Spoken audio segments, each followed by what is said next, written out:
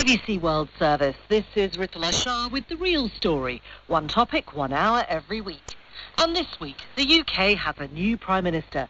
Liz Truss is a long-serving cabinet minister who's changed her political allegiances over time. After a journey from left to right, she's emerged as a small-state, low-tax Conservative. She's also switched from favouring remaining in the EU to being a champion of the benefits of Brexit.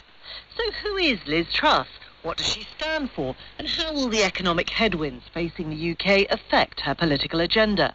She's already had to make an intervention to cap energy prices that will cost the government at least £100 billion. And with inflation rising, there's also increasing industrial action from workers demanding more pay. Can Liz Truss's vision of conservatism survive, and will it appeal to the wider electorate at a time of uncertainty? That's The Real Story from the BBC, after the news. Hello, I'm Chris Barrow with the BBC News. Russian forces have withdrawn from key eastern towns and cities in Ukraine in what appears to be the biggest reversal since Moscow first invaded.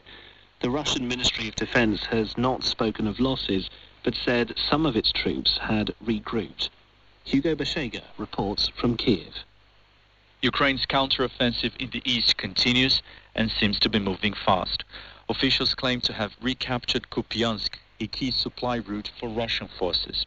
They shared a picture that appears to show Ukrainian troops holding up the country's flag in front of the city hall, with the Russian flag at their feet. Their next target seems to be Izium, a logistical hub for the Russian army. The Ukrainian advances are the most significant changes on the front lines in months, and apparently caught Russian forces by surprise. King Charles III has said he will strive to follow the inspiring example of his mother, Queen Elizabeth, during a ceremony in Britain formally proclaiming him as monarch. The King addressed the Accession Council at St James's Palace in London, saying he was deeply aware of the great inheritance, duties and heavy responsibilities of the role. Here's our royal correspondent, Nicholas Witchell. Watched by the heir to the throne, Prince William, Prince of Wales, and Camilla the Queen Consort, he signed the oath Charles R. Charles Rex, King. The proclamation was issued in the City of London.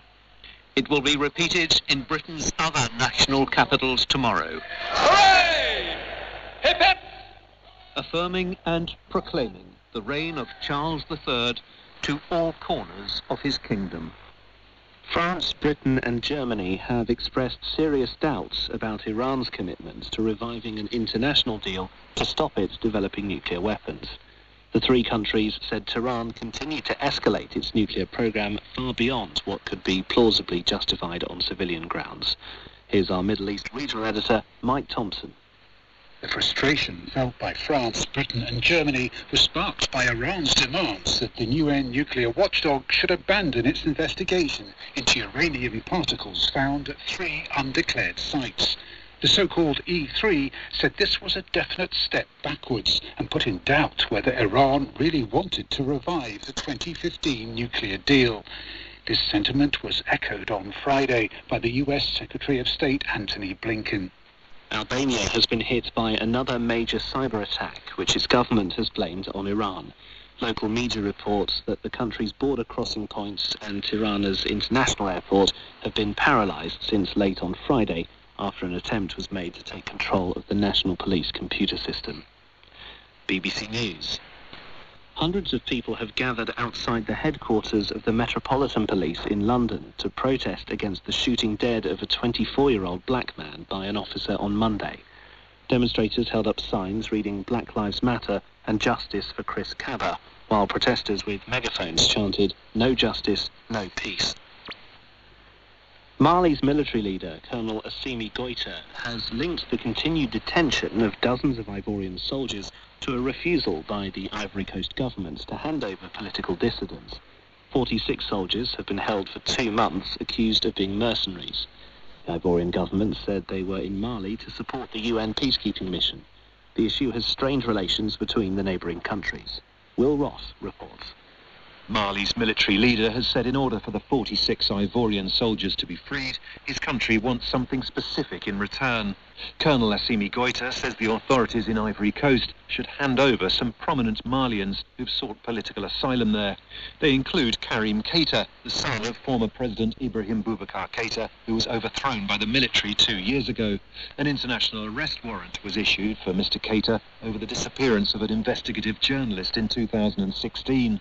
The former Member of Parliament lived a flamboyant lifestyle and was widely criticised for partying on luxury yachts during Mali's economic crisis. Police in Nigeria say at least 20 passengers were burnt to death when a bus collided with a car and caught fire on Friday evening. The accident occurred in Oyo State in the southwest of the country. Last year, Nigeria recorded more than 10,000 road accidents. Lebanon's foreign minister has said he believes a long-stalled maritime deal with Israel is now 95% complete. Abdullah Abu Habib added that he hopes to reach full agreement quickly in case coming elections in Israel bring a different government there. BBC News.